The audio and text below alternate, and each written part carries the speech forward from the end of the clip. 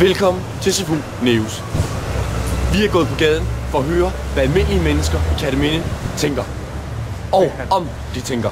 Og hvad de vil have lavet om. Og hvad de vil have lavet om.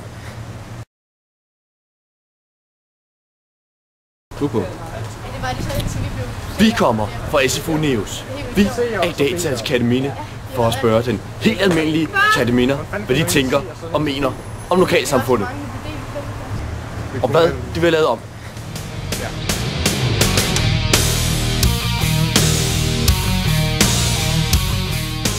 Hvad vil du ændre i Kerteminde Kommune, hvis du kunne?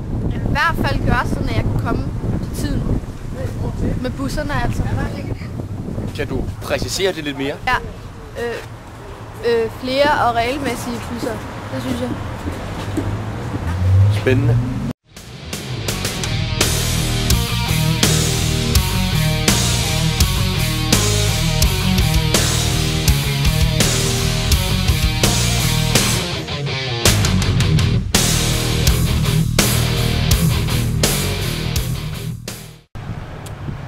Undskyld, men hvis I kunne ændre noget i Kerteminde, hvad vil I så lave op?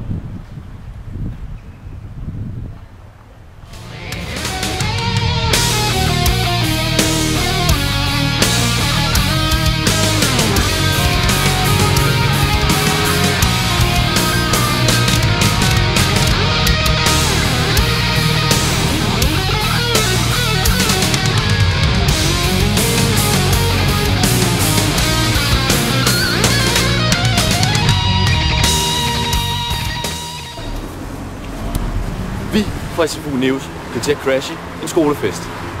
Desuden går vi ind for at slå børn, og morgensang skal være obligatorisk.